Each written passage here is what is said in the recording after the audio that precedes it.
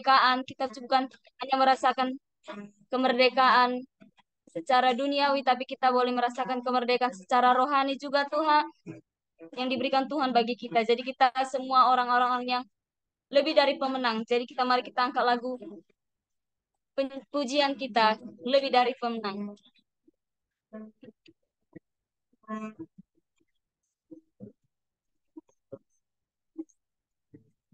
Kita katakan bersama, lebih dari pemenang dalam segala perkara. Iblislah dikalahkan oleh kuasa darah-Nya. Jika Allah di pihak kita, siapa dapat melawan? Kita lebih dari pemenang. Haleluya. Kibarkanlah panjinya, Yesus Raja segala raja. Haleluya. Bangkitlah gerejanya, kita lebih dari pemenang. Sekali lagi kita katakan, lebih dari pemenang. Lebih dari pemenang dalam segala perkara. Iblislah di oleh kuasa darah-Nya. Jika Allah di pihak kita, siapa dapat melawan? Kita lebih dari pemenang. Haleluya. Kibarkanlah panjinya, Yesus Raja segala raja. Haleluya. Bangkitlah gerejanya, kita lebih dari pemenang. Sekali lagi, haleluya, haleluya. Kibarkanlah panjinya, Yesus Raja segala raja. Haleluya, haleluya. Bangkitlah gerejanya, kita lebih dari pemenang. Kita lebih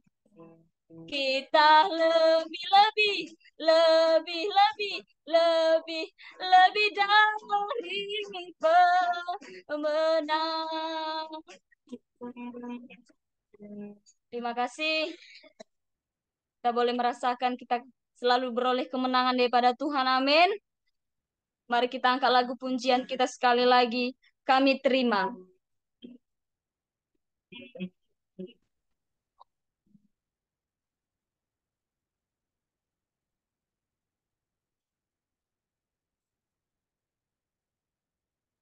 Kami yang telah ditebus dengan darah yang kudus, mengangkat pujian bagimu. Katakan, kami baik kudusmu Tuhan. Kami baik kudusmu sebagai bukti karyamu. Nyatakan kau besar dan hidup. Mari kita berlari sampai tujuan kepada Tuhan kita. Berlari sampai tujuan. Mendapatkan mahkota kekal. Kami terima kemenangan yang Engkau sediakan untuk kami bawa di setiap langkah, dimanapun kami berdiri, kemanapun kami kan pergi, di situ pasti mukjizatmu terjadi. Sekali lagi kita katakan, kami yang telah ditebus, kami yang telah ditebus dengan darah yang kudus, mengangkat pujian bagimu. Katakan kami bait kudus-Mu Tuhan. Kami bait kudus-Mu sebagai bukti karya-Mu. Nyatakan Kau besar dan hidup. Mari kita berlari sampai tujuan kepada Tuhan kita. Berlari sampai tujuan. Mendapatkan mahkota kekal. Kami terima kuasa-Mu Tuhan. Kami terima kemenangan yang Engkau sediakan. Untuk kami bawa di setiap langkah. Dimanapun kami berdiri, kemanapun kami kan pergi, di situ pasti mujizat-Mu terjadi. Kami terima kuasa-Mu Tuhan. Kami terima kemenangan yang Engkau sediakan. Untuk kami bawa di setiap langkah. Dimanapun kami berdiri, kemanapun kami, mujizat-Mu terjadi. Di situ pasti mujizat-Mu terjadi. Di situ pasti mujizat-Mu terjadi. Sekali lagi. Di situ pasti mujizat-Mu terjadi. Amin. Kita percaya kita boleh diletakkan Tuhan dimanapun. Kita boleh berdiri karena anugerah Tuhan. Kita boleh menjadi berkat kemanapun kita berada. Terima kasih. Saya serahkan kepada yang membawa firman Tuhan.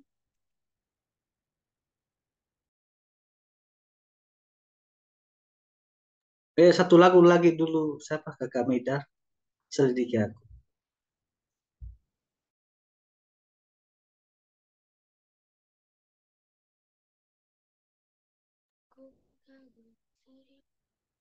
Satu lagi.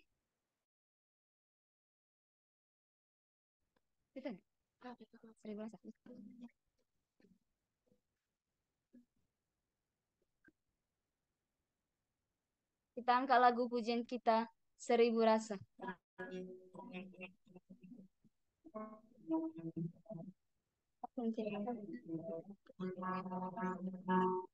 Ku kagum 1000 rasa hadirat-Mu, mewarnai relung hatiku dengan pelangi janji-Mu. Terpana, tertegun aku dibuat-Mu, sebab Kau bukan Allah yang jauh, selalu di dekatku. Hadir-Mu mengubah sifatku, menyinari kegelapan. Tak dapat ku melukiskannya, hadirat 1000 rasa. Sekali lagi, ku kagum.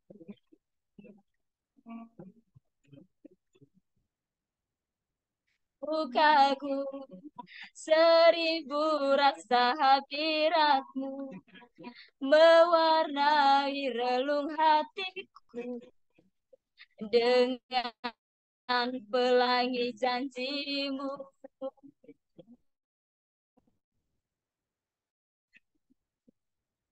Aku dibuat-Mu, sebab Kau bukan Allah yang jauh, selalu di dekatku. Hadir-Mu mengubah sifatku, menyinari kegelapanku. Tak dapat ku melukiskannya, hadirat. Hadir-Mu mengubah sifatku, menyinari kegelapanku. Tak dapat aku melukiskannya, hadirat seribu rasa. Terima kasih. Saya serahkan kepada pembawa firman Tuhan. Ya baik, mari kita bersatu dalam doa. Bapa kami yang di surga, dimuliakanlah namamu atas pertolongan penyertaan-Mu yang boleh kami rasakan sampai pada malam hari ini. Biarlah setiap pujian yang keluar dari mulut kami semuanya berkenan dan menyenangkan hati Bapa. Saat ini Bapa, kami akan belajar, kami akan membaca, merenungkan firman pada malam hari ini. Urapi hamba-Mu, urapi kami semua, biar firman ini kami boleh mengerti dan kami boleh dimampukan untuk menjadi pelaku firman Tuhan. Pakai hamba-Mu, pakai bibir hamba-Mu untuk menyampaikan isi hati-Mu, biar kami semakin hari semakin berkenan dan menyenangkan hati Tuhan. Terima kasih Bapa, kami sambut firman-Mu, haleluya. Amin. Puji nama Tuhan, salam. Shalom. Shalom. Salam. Shalom. Yahobu. Shalom. Ya. Apa kabar semua, sehat lah ya? Sehat. Tuhan, ya. Luar biasa. Kakak dua, kakak tiga. Halo Bungsu. Oh sudah ada kakak satu, kakak dua, jadi bungsu ya. Ya baik, terima kasih buat Kak Maidar Batee yang sudah pimpin kita dalam pujian penyembahan pada malam hari ini. Luar biasa, sangat memberkati dan sangat kita merasakan kehadiran Tuhan dalam hidup kita. Meskipun kita masih ibadah lewat online atau via Zoom, tapi itu bukan sesuatu yang menghalangi semangat kita untuk terus bertepuk tangan atau terus memuji nama Tuhan. Amin. Amin. Amin. Amin. Ini sudah malam. Ini sudah malam ya. Ini sudah malam. Mari kita bekerja sama ya. Supaya semua aktif ya. Oke, baik teman-teman semua. Mari kita buka Alkitab kita. Dari Matius pasal 5. Ya, mungkin teman-teman semua sudah pernah baca ya ayat ini dan mungkin tidak asing lagi bagi kita yang sudah hadir pada malam hari ini. Matius 5 pasal 1 ayat 12. Sekali lagi. Matius pasal 5 ayat 1 Profeta ayat 2.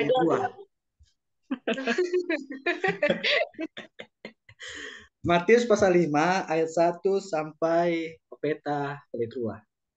Oke. Pasti tahu ayat 2 ya. 12 maksudnya. Sedikit campur lah bahasa daerah Nias kita karena saya rasa semua orang Nias yang hadir pada malam hari ini. Ya, saya akan buat kita yang sudah ketemu katakan haleluya. Haleluya. Haleluya. Salam bagi Raja. Haleluya. Oke, saya akan baca buat kita ucapan bahagia. Ayat pertama. Ketika Yesus melihat orang banyak itu, naiklah ia ke atas bukit dan setelah ia duduk, datanglah murid-muridnya kepadanya. Ayat 2, maka Yesus pun mulai berbicara dan mengajar mereka, katanya, berbahagialah orang yang miskin di hadapan Allah, karena merekalah yang punya kerajaan surga. Amin. Ayat 4, berbahagialah orang yang berduka cita, karena mereka akan dihibur. Berbahagialah orang yang lemah lembut, karena mereka akan memiliki bumi. Berbahagialah orang yang lapar dan haus akan kebenaran, karena mereka akan dipuaskan. Berbahagialah orang yang murah hatinya, karena mereka akan beroleh kemurahan. Berbahagialah orang yang suci hatinya, karena mereka akan melihat Allah. Berbahagialah orang yang membawa damai, karena mereka akan disebut anak-anak Allah. Berbahagialah orang yang dianiaya oleh sebab kebenaran, karena merekalah yang punya kerajaan surga. Berbahagialah kamu jika karena aku kamu dicela dan dianiaya dan kepadamu difinatkan segala yang jahat. Bersukacitalah dan bergembiralah karena upahmu besar di surga. Sebab demikian juga telah dianiaya nabi-nabi yang sebelum kamu. Amin. Terpujilah nama Tuhan. Firman Tuhan berkata, berbahagialah setiap orang yang membaca, merenungkan firman Tuhan dan dalam memelihara dalam kehidupan sehari-hari. Salam. Ya, baik teman-teman semua. Pada malam hari ini kita akan belajar khotbah Yesus di bukit, ucapan bahagia. Pada malam hari ini saya tidak membahas sampai selesai. Tadi saya kasih tadi di poster ibadah kita ucapan bahagia bagian pertama. Nanti minggu depan ucapan bahagia ucapan bahagia bagian kedua, bagian ketiga sampai bagian keempat sampai selesai. Karena kalau saya bahas 8 kata bahagia ini, berbahagia ini, mungkin tidak cukup waktu kita pada malam hari ini. Jadi kita akan belajar pada malam hari ini mulai dari ayat 3 sampai ayat 5. Saudara yang terkasih dalam nama Tuhan Yesus, sebenarnya kalau kita lihat dalam bahasa aslinya, di sini bukan kata berbahagia, tapi di sini kata diberkatilah. Ya, kalau kita lihat bahasa aslinya, diberkatilah. Dan kedua bahwa kata berbahagia bukan di sini mengandung janji. Tapi berbahagia di sini mengandung yang namanya konsekuensi. Itu sebagai pendahuluan kita pada malam hari ini untuk masuk dalam ayat per ayat. Yang pertama, kalau kita lihat di HP kita, itu ada tanda merah atau tulisan merah, itu adalah Tuhan Yesus sendiri yang bicara. Ya, Tuhan Yesus sendiri yang bicara kalau ada tanda merah itu di HP kita atau warna merah. Saya percaya meskipun saya buka Alkitab, tapi di Alkitab teman-teman atau di Android itu pasti warna merah. Itu perkataan Tuhan Yesus sendiri yang bicara, saudara. Dimulai dari Matius pasal 5 ayat 3 dikatakan, berbahagialah orang yang miskin di hadapan Allah, karena merekalah yang punya kerajaan surga. Tentunya banyak kita sering mengatakan miskin ini ya. Miskin ini pasti apa? Tidak banyak uang. Ya, tidak punya mobil. Tidak punya juga pacar, miskin juga. Nggak punya, Kak. Mohon maaf. Ya. Iya. Nggak punya punya pacar katanya. katanya, Iya, Pak. Kak. Mohon Oh. maaf. Oh iya. Saudaraku, kata miskin itu sering kita pahami secara negatif. Ya, saudara bisa tidak menemukan kata miskin yang positif. Contoh, miskin ide. Berarti orangnya kurang kreatif. Kata-kata miskin yang positif itu apa, saudara? Apa artinya miskin di hadapan Allah? Saya akan menerangkan pada malam hari ini. Kata miskin yang dipakai di situ dalam bahasa Yunani adalah tokos. Ya. Kata tokos itu berbeda dengan kata miskin yang lain, yaitu peines.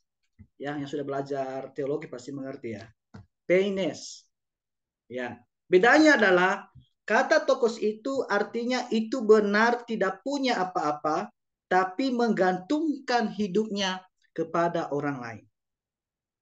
Jadi menggantungkan hidupnya pada belas kasihan orang lain, itu namanya tokos, kata yang dipakai di sini.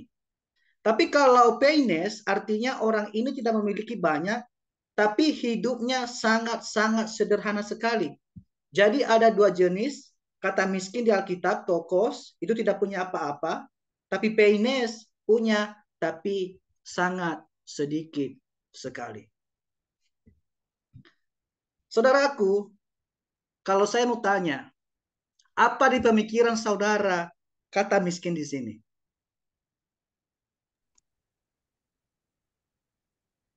Apa dalam pemikiran saudara miskin di sini?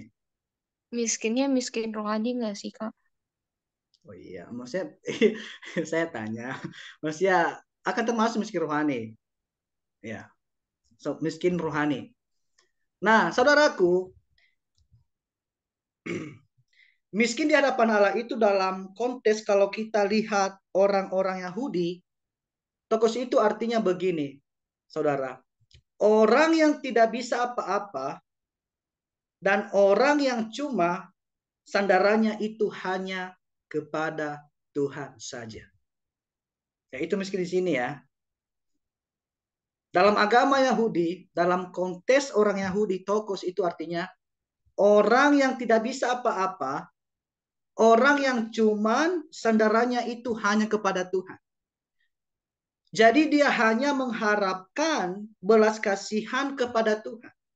Menyadari bahwa apa yang dia miliki semuanya berasal daripada Tuhan. Kalau dikatakan kata miskin itu bukan benar-benar miskin, ya. Kalau dikatakan miskin di hadapan Allah itu belum tentu benar-benar miskin, ya. Ini bukan bicara tentang kekayaan, tapi berbicara tentang sikap hati. Berbicara tentang sikap hati, ya. Kata miskin di sini bukan berbicara jasmani, bukan berbicara kekurangan, bukan berbicara kekayaan, tapi kata miskin di sini adalah berbicara sikap hati. Saudara, orang yang kaya juga bisa menjadi miskin di hadapan Allah. Kalau dia menyadari semua yang kumiliki bukan milikku. Ini semua milik Tuhan. Apa yang aku bisa lakukan bukan karena aku, tapi karena Tuhan. Makanya orang ini disebut orang yang miskin di hadapan Allah. Jadi orang kaya bisa miskin di hadapan Allah. Orang yang miskin seharusnya menjadi gampang menjadi miskin di hadapan Allah. Karena apa? Karena memang benar-benar dia miskin. Seharusnya orang-orang yang miskin ini, yang benar-benar miskin, mudah untuk menjadi miskin di hadapan Allah. Berbahagia kalau saudara miskin? Tidak berbahagia tuh. Tidak tuh. Contohlah kalau tidak ada uang di dompet hari ini. Semangat? Masih ada semangat? Masih. Puji nama Tuhan. Ya, tapi tidak semua loh. Tidak semua. Benar, Krishna. Benar, Nah, saya juga lagi nggak Gak dapat. yakin aku. jadi seringkali juga terjadi ya. Seringkali terjadi orang miskin sombong juga ada. Pernah ketemu orang sombong teman? Udah miskin lagi sombong lagi loh. Udah pernah ketemu? Contohnya lah. Saya melihat orang ini contohnya kekurangan. Dia tidak punya uang. Dia ini miskin, benar-benar miskin gitu loh. Saya kasih uang sama dia contohnya 5 juta ya. Agak besar sedikit, amin aja ya supaya saya punya 5 juta juga. Saya kasih dia 5 juta. Nah terus dia bentak kita. Jangan anggap ya kalau saya tidak bisa nafkahin hidup saya. Itu kan sombong saudara. Pernah ketemu nggak orang itu? Kita ini bantu dia. Maksudnya gimana ya? Kita itu karena pemikiran dia itu kayak merendahkan dia gitu. Padahal tidak. Kita benar-benar membantu. Udah miskin lagi, sombong lagi. Gitu loh. Makanya itu ada di Facebook saya itu hiduplah atau bergayalah sesuai dengan isi dompetmu. Gitu ya. Jangan berlebihan saudara. Karena banyak di antara kita itu apa nama kita sering ya. Banyak di antara kita itu gengsi sekali padahal uang tidak ada gitu loh. Jadi udah miskin lagi, sombong lagi gitu loh. Bagaimana ya? Tapi saya percaya di dalam ini di zaman ini nggak ada ya. Di komunitas lain ada kayaknya. Di sini tidak ada ya. Ya di komunitas lain ada. Udah miskin lagi, sombong lagi. Kenapa bisa sombong begitu? udah bang gengsi lagi. Kenapa? Karena mungkin karena pacarnya ya gitu ya. Mungkin pacarku ini ganteng gitu. Tidak cukup menjadi ganteng, tapi kalau isi dompet tidak mendukung. Tidak cukup juga menjadi cantik kalau isi dompet tidak mendukung.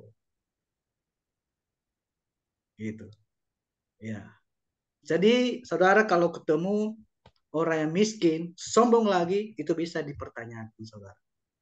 Jadi kita pada malam hari ini adalah orang-orang yang miskin di hadapan Allah. Artinya apa? Orang yang berharap, orang yang meminta belas kasihan hanya kepada Tuhan saja. Kalau di dalam Alkitab, saudara, beberapa contoh yang orang yang sedang berada dalam persoalan, belum tentu miskin, ya. Dalam persoalan berat, ya, dia merasa kehilangan harapan, tapi bersandarnya hanya kepada Tuhan. Jadi dia hanya berharap kepada Tuhan di tengah-tengah kesesakan. Pernah di sini teman-teman merasakan kesesakan, pergumulan, atau masalah yang begitu berat? Tetap saudara mengatakan Tuhan Yesus baik? Amin. Amin ya. Amin. Amin. Amin ya. Ya kan banyak orang itu kan kalau dalam keterpurukan, dalam ketakutan, dalam kegelisahan, dalam putus asa, sering mengatakan Tuhan itu tidak adil. Tuhan itu tidak benar. Mana Tuhan, mana Tuhan. Dan kita pun salahkan Tuhan dalam keadaan seperti begitu. Tapi saya percaya pada malam hari ini yang sudah hadir, apapun situasi kondisi kita tetap mengatakan Tuhan Yesus baik. Amin. Amin. Amin. Alkitab menyebut ya orang-orang ini yang berharap kepada Tuhan meskipun dalam kesesakan itu adalah orang yang miskin di hadapan Allah. Kalau kita baca di Yesaya pasal 26 ayat 2b, dikatakan di situ, aku memandang kepada orang yang tertindas. Tapi kalau kita lihat dalam KJV, dikatakan bahwa kata tertindas itu diganti dengan kata miskin, dikatakan, aku memandang kepada orang yang miskin, ya, dan patah semangatnya dan gentar kepada firmanku ini. Ini adalah gambaran orang yang miskin di hadapan Allah. Allah orang yang merasa terhimpit, tidak bisa apa-apa, hanya mengandalkan Allah saja, itu disebut orang yang miskin di hadapan Allah. Saya percaya kita semua orang-orang yang mengandalkan Tuhan. Amin. Ya, jadi bukan miskin benar-benar secara ekonomi ya di sini ya. Sekali lagi ya. Bukan miskin benar-benar secara ekonomi, karena kenapa? Banyak itu pemahaman orang kalau miskin itu kan tidak punya uang ya. Ya.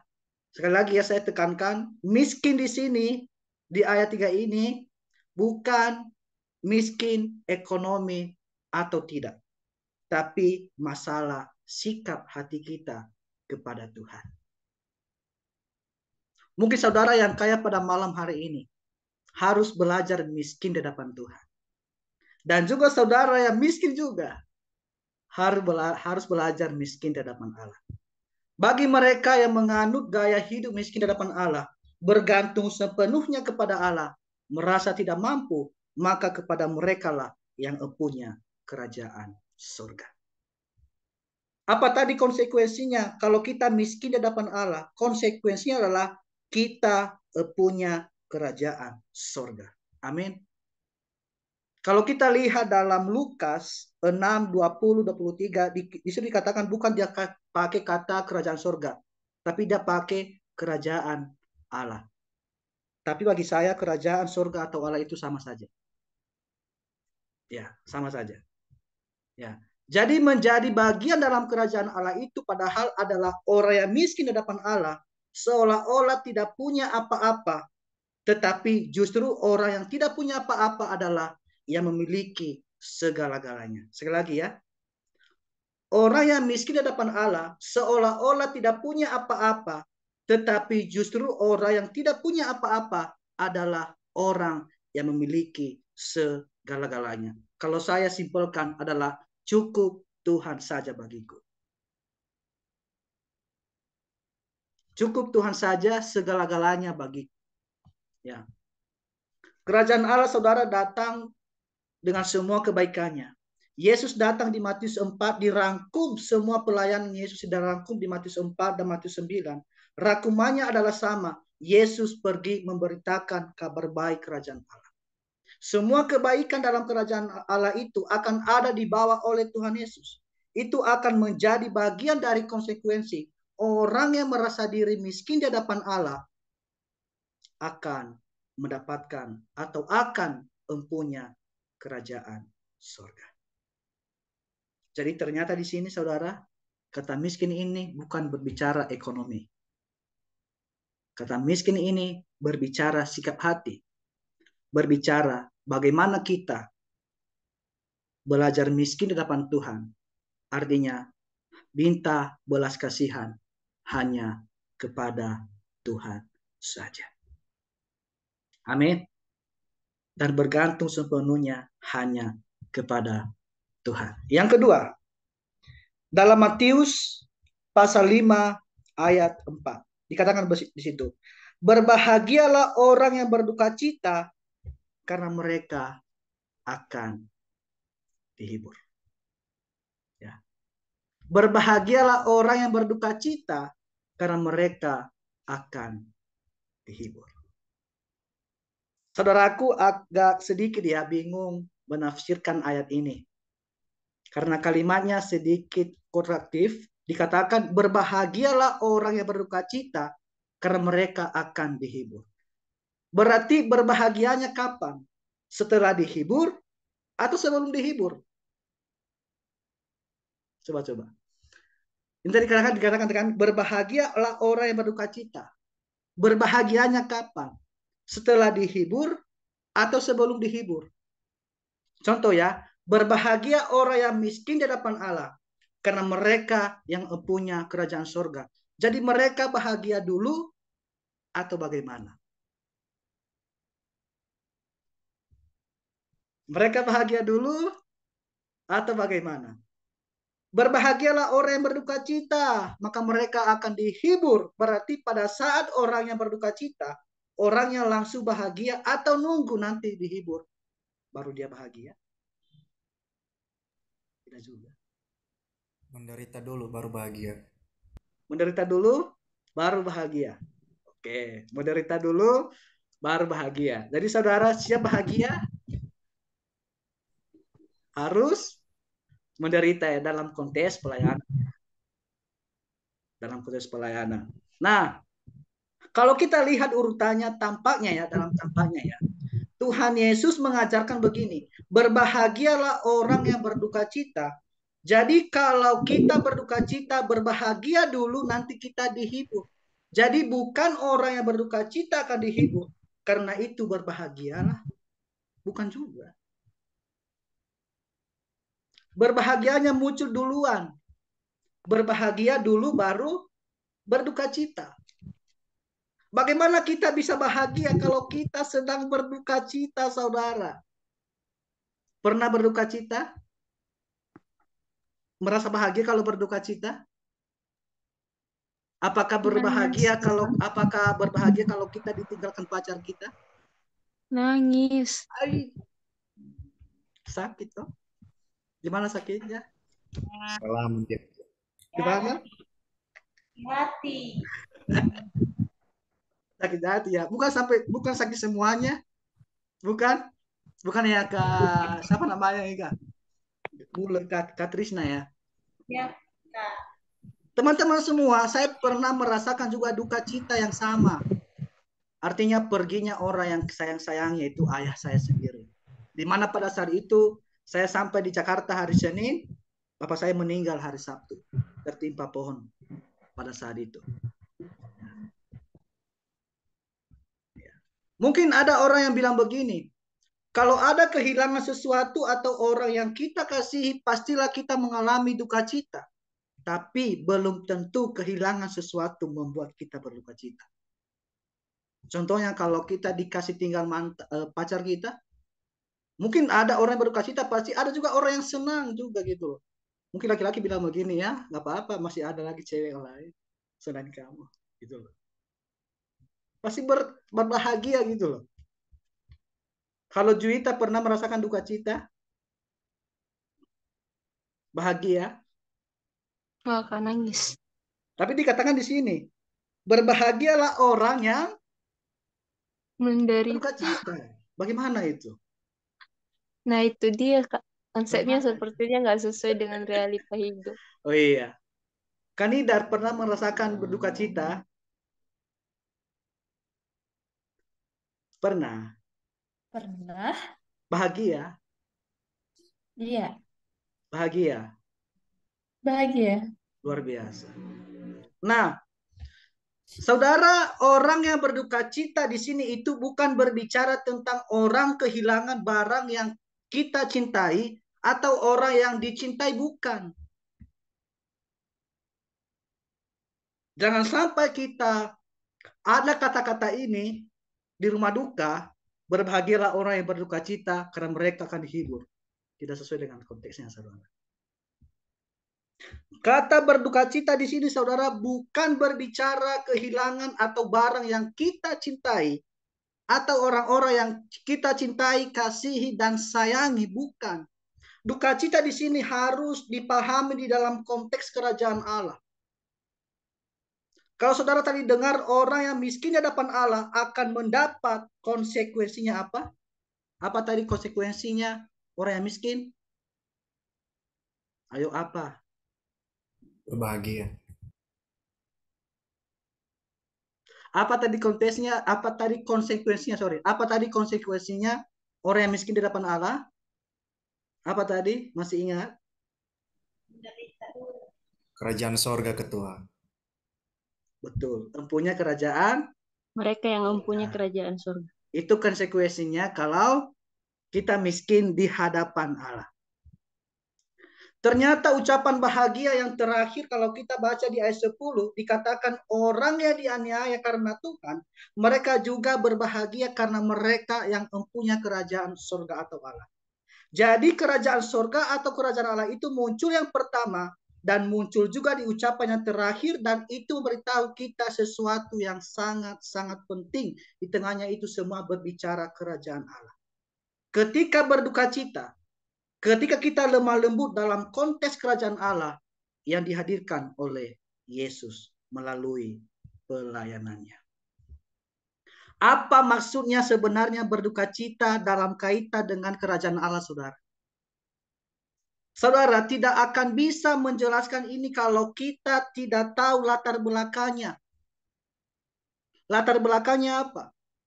Orang Yahudi punya pengharapan Mesias. Nanti kalau Mesias datang, maka Mesias itu akan memberikan penghiburan untuk umat Tuhan yang sedang meratap. Coba buka di Yesaya. Kak Erna minta bantu baca. Yesaya 61 ayat 1 sampai 3. Yesaya 61 ayat 1 sampai 3. Kita tolong Kak Erna untuk baca. Yesaya 61. Ayat 1 sampai 3. Yesaya pasal 61 ayat 1 sampai ke 3. Begini bunyi firman Tuhan. Ya. Kabar selamat kepada Sion. Roh Tuhan Allah ada padaku.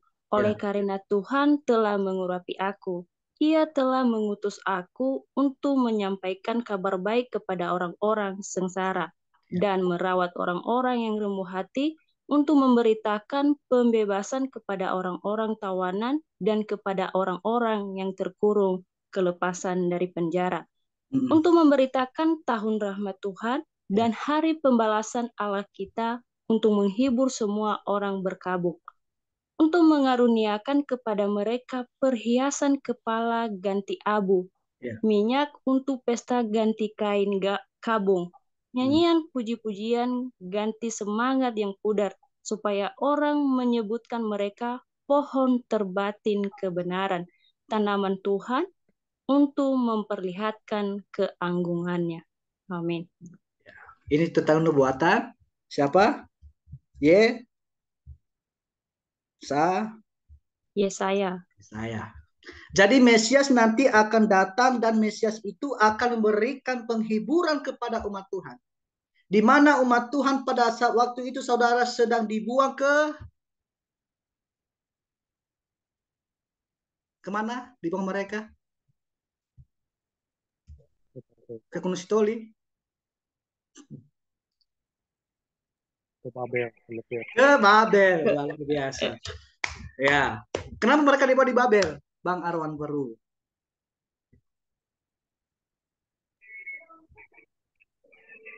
Karena mereka dijajah. Hah? Oke, terima kasih. Umat Tuhan dibuang ke Babel, saudara, karena dosa-dosa mereka. Bangsa Yehuda melanggar perintah Allah.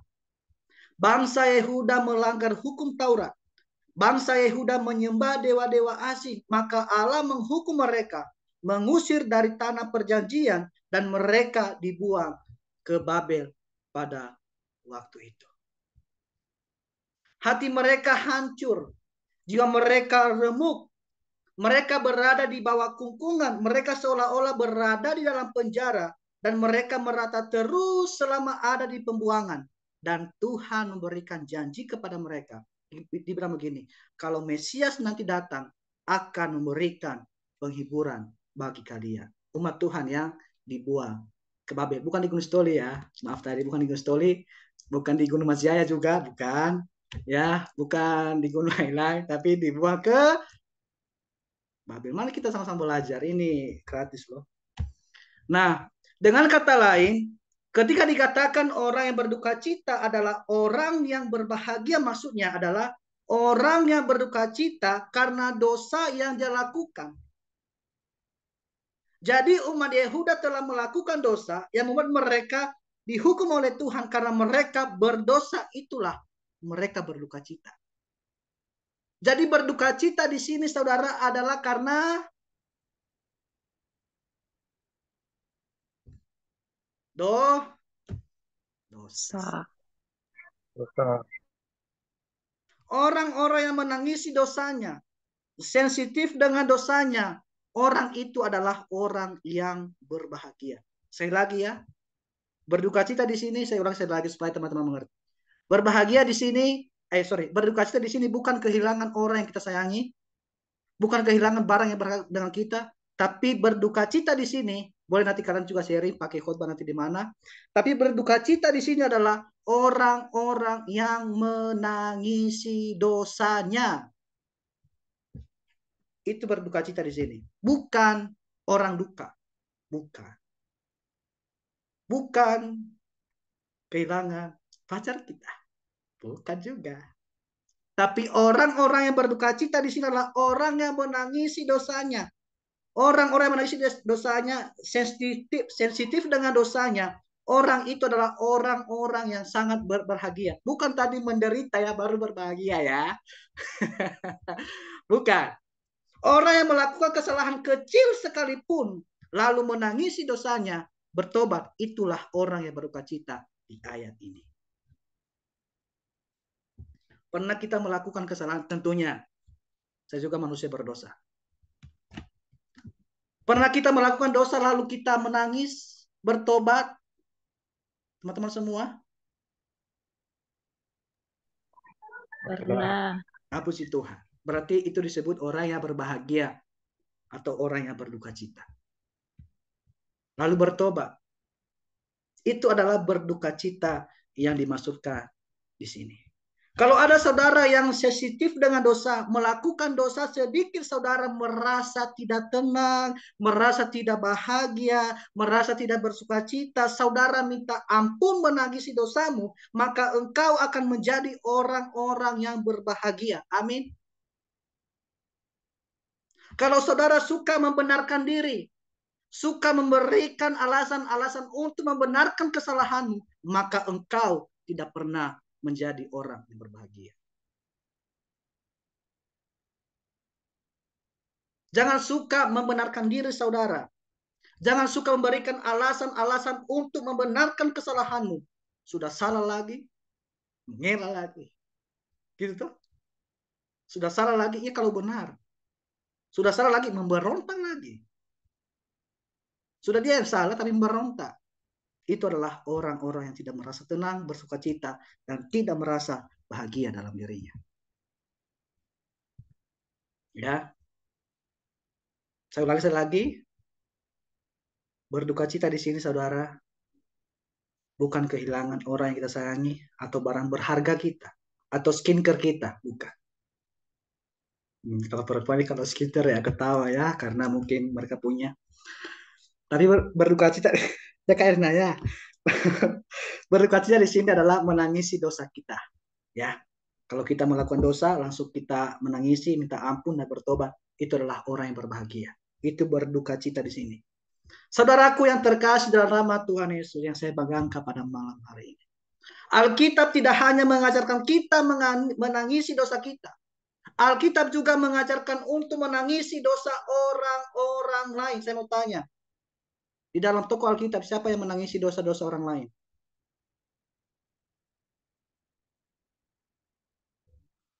Dia ada 3 huruf. Petrus. Siapa lagi?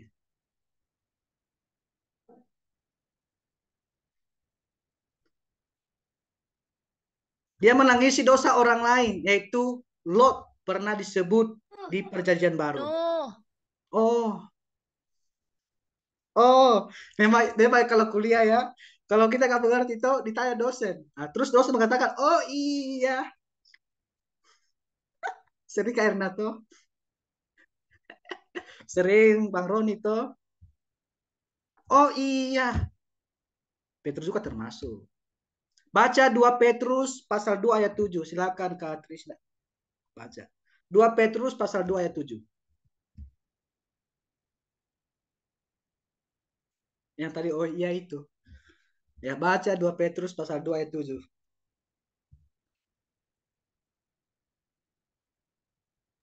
Saya, Iya, dari tadi. saya baca ya. Iya.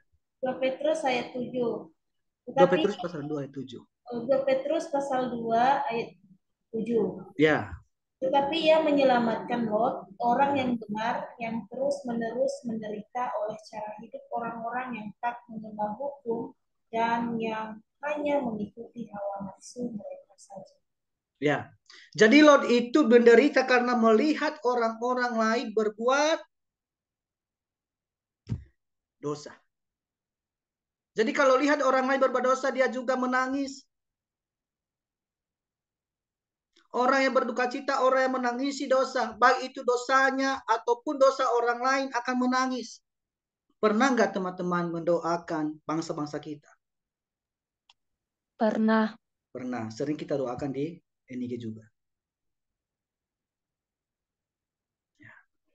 Orang yang menangisi dosanya, apa konsekuensinya tadi? Ia akan di Berbahagia. konsekuensinya dia akan Hina. apa dihina?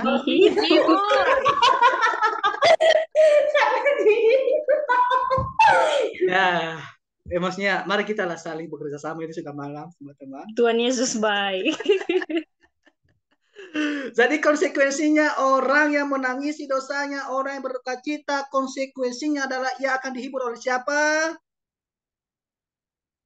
Oleh siapa? Tuhan Yesus. Tuhan Yesus. Jesus. Yes, Papi Ji. Jesus. So ayah lo balangi. Ama masurugo. Aduh. So ayah. Orang yang menangisi dosanya, ia akan dihibur oleh Allah dengan cara apa? Kerajaan Allah itu tambah lama dan tambah berkembang. Akan luas. Kalau saudara menangisi dosamu setiap hari, hati-hati dengan dosa. Pokoknya lah, tiap kali ada dosa, tangisi terus, bertobat terus, dan saudara menangisi dosa orang lain. Berdoa apa? Berdoa supaya mereka bertobat, kembali kepada kebenaran. Maka yang akan terjadi adalah kerajaan Allah akan nyata di bangsa kita. Kemuliaan Allah akan nyata di bangsa kita. Kerajaan Allah itu akan berkembang sehingga ruang untuk dosa akan semakin sempit. Dan jangan kompromi dengan apa? Dosa. Dengan dosa. Ya, mari kita bekerja sama teman-teman ya. Supaya tidak ada ngantuk pada malam hari ini. Karena saya suka begini, karena saya juga di sini begitu. Saya juga sekolah minggu begitu juga. Supaya tidak ngantuk kita pada malam hari ini. Supaya kenapa? Supaya tidak sia-sia kita boleh datang pada malam hari ini. Tidak boleh sia-sia beli paket gitu loh. Tidak sia-sia meninggalkan kesibukan kita dulu. Kalau saya mau tanya, apa tadi konsekuensinya tadi kalau orang miskin di hadapan Allah? Bagian sorga. Punya kerajaan surga. Apa konsekuensinya kalau berduka cita? Bahagia. Mengisi dosa, ia akan Berbahagia. dihibur, Nona. Nona, ya. Dihibur. Ya. Yang Yakin terakhir. kompor dosa. Yang terakhir, yang kelima. Saya minta baca dengan kedamaian Tia, baca Matius 5 pasal 5. Oke. Terakhir ini, terakhir. Terakhir, sangat-sangat terakhir.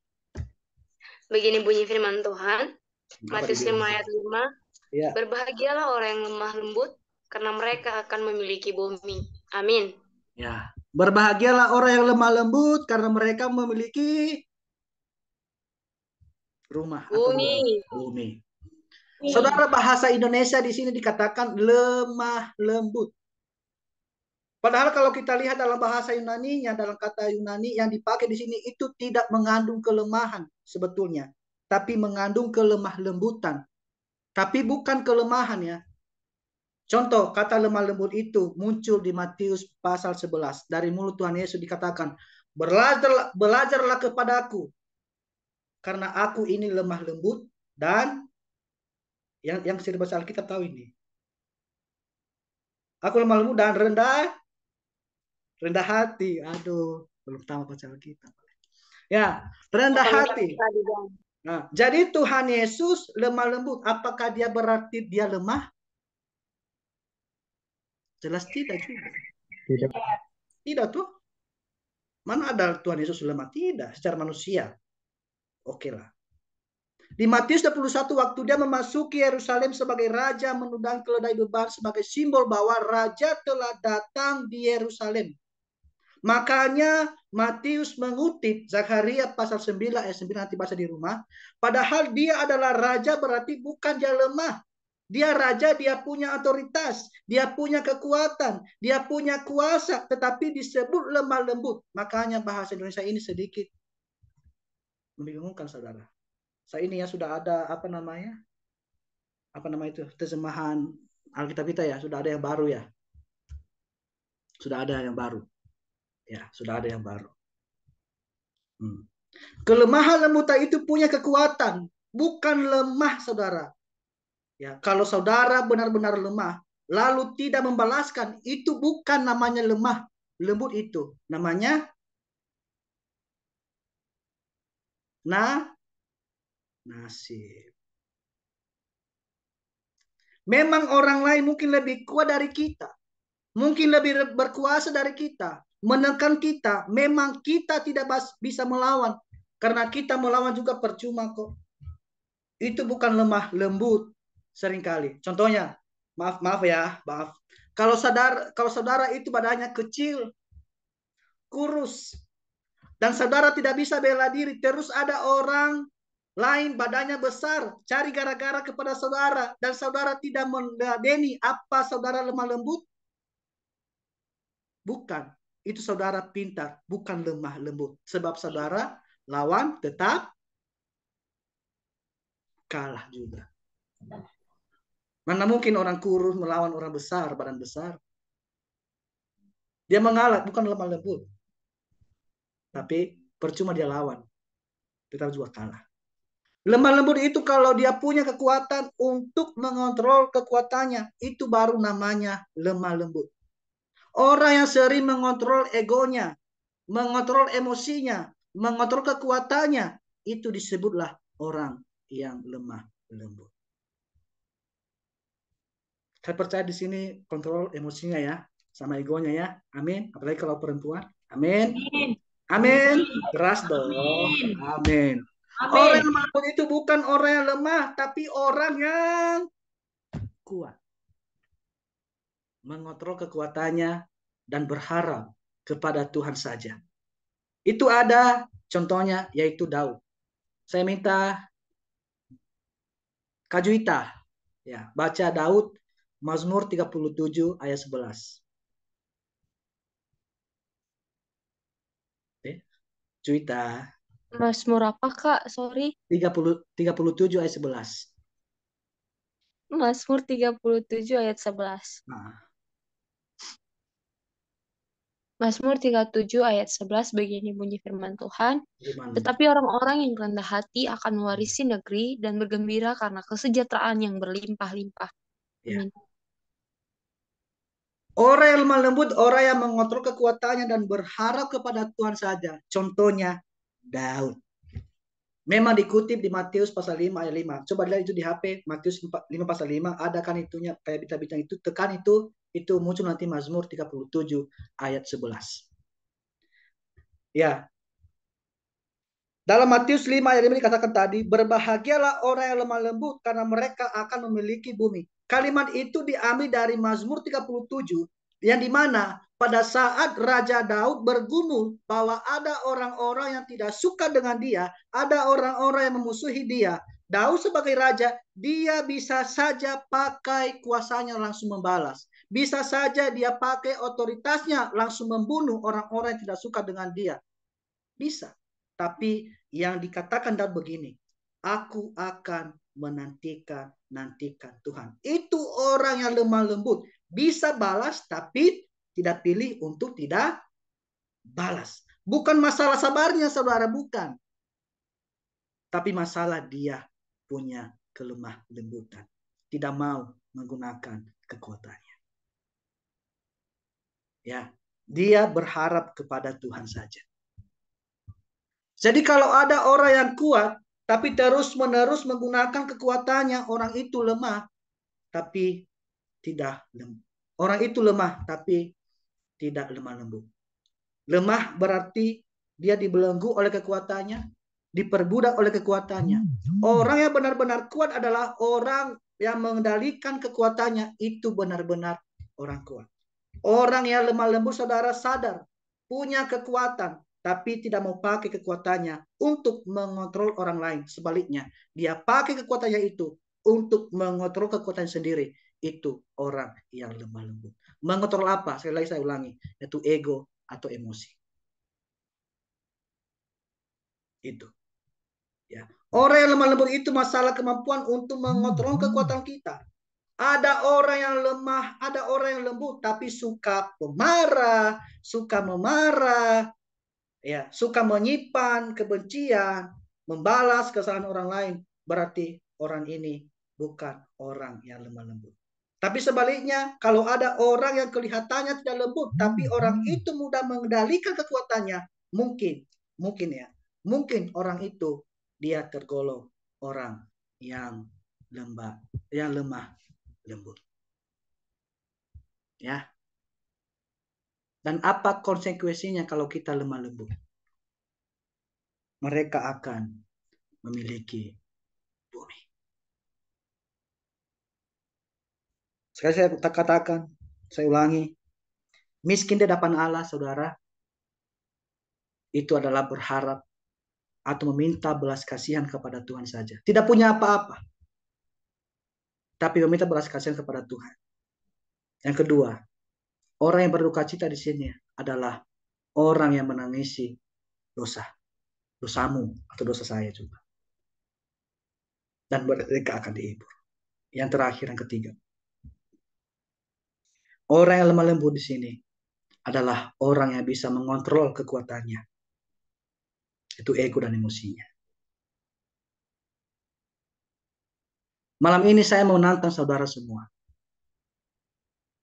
Bukan bertengkar ya, berkelahi, bukan ya. Malam ini saya menantang saudara semua pada malam hari ini. Apakah kita mau mengakui, Tuhan, aku tidak bisa apa-apa. Tidak punya apa-apa. Aku miskin di hadapan-Mu. Maukah saudara mengaku di hadapan Tuhan? Tuhan beri aku kepekaan tiap kali aku melakukan dosa, agar aku menangisi dosaku. Tidak membela diri, tapi menangisi dosaku. Maukah saudara mengambil komitmen di hadapan Tuhan pada malam hari ini? Tuhan beri aku kekuatan untuk tidak melepaskan kekuatanku untuk mengontrol orang lain, tetapi menggunakan kekuatanku untuk mengontrol diriku sendiri, supaya aku menjadi orang yang lemah lembut. Mari taruh tangan kanan di dada saudara, ikuti kata saya. Ya. Tuhan, aku tidak bisa apa-apa. Tidak punya apa-apa. Aku miskin di hadapanmu. Ajari aku untuk selalu miskin di hadapanmu. Tuhan, beri aku kepekaan. Tiap kali aku melakukan dosa, ajar aku menangisi dosaku. Tidak membela diri, tapi menangisi dosaku. Tuhan, beri aku kekuatan untuk tidak melepaskan kekuatanku untuk mengontrol orang lain, tetapi menggunakan kekuatanku untuk mengontrol diriku sendiri, supaya aku menjadi orang yang lemah lembut. Ada amin? Amin. Amin. Amin. Ya dulu. Ya. Haleluya. Itu aja firman Tuhan pada malam hari ini teman-teman. Sampai di ayat 3 dulu, sampai di ayat 5. Nanti minggu depan kita akan bahas ayat 6 sampai 7. Bagian kedua. Ya, bagian kedua. Itu aja, semoga teman-teman semua tidak sia-sia untuk datang pada malam hari ini. Ada sesuatu hal yang ditangkap, ada sesuatu hal yang dimengerti tentang ucapan bahagia Tuhan Yesus di sini. Ya, teman-teman semua boleh pakai khotbah ini untuk di mana-mana saja. Silakan saja. Ini ilmu gratis. Gitu. Ya, mari kita berdoa. Bapa kami yang di surga, terima kasih buat firman-Mu pada malam hari ini. Kami belajar miskin di hadapan Tuhan. Kami belajar berduka cita atas dosa kami dan menangisi dosa-dosa kami ya Tuhan, yang telah kami perbuat di hadapan Engkau. Dan kami diajari untuk mengontrol diri kami, kekuatan kami, emosi atau ego kami. Kami mohon Tuhan mampukan kami untuk menjadi pelaku firman Tuhan. Biar firman-Mu yang kami dengarkan pada malam hari ini boleh kami lakukan dalam kehidupan kami sehari-hari, baik dalam keluarga, baik dalam pekerjaan, baik dalam pelayanan, dimanapun kami berada, sehingga lewat hidup kami, nama Tuhan dipermuliakan. Hamba-Mu terbatas untuk menyampaikan firman Tuhan pada malam hari ini. Dan hamba percaya Roh Kudus-Mu yang akan menyempurnakan dalam hidup teman-teman yang sudah hadir pada malam hari ini. Terima kasih Bapak, kami sudah berdoa dan bersyukur dalam nama Tuhan Yesus. Haleluya. Amin. Saya serahkan kepada kursi leader.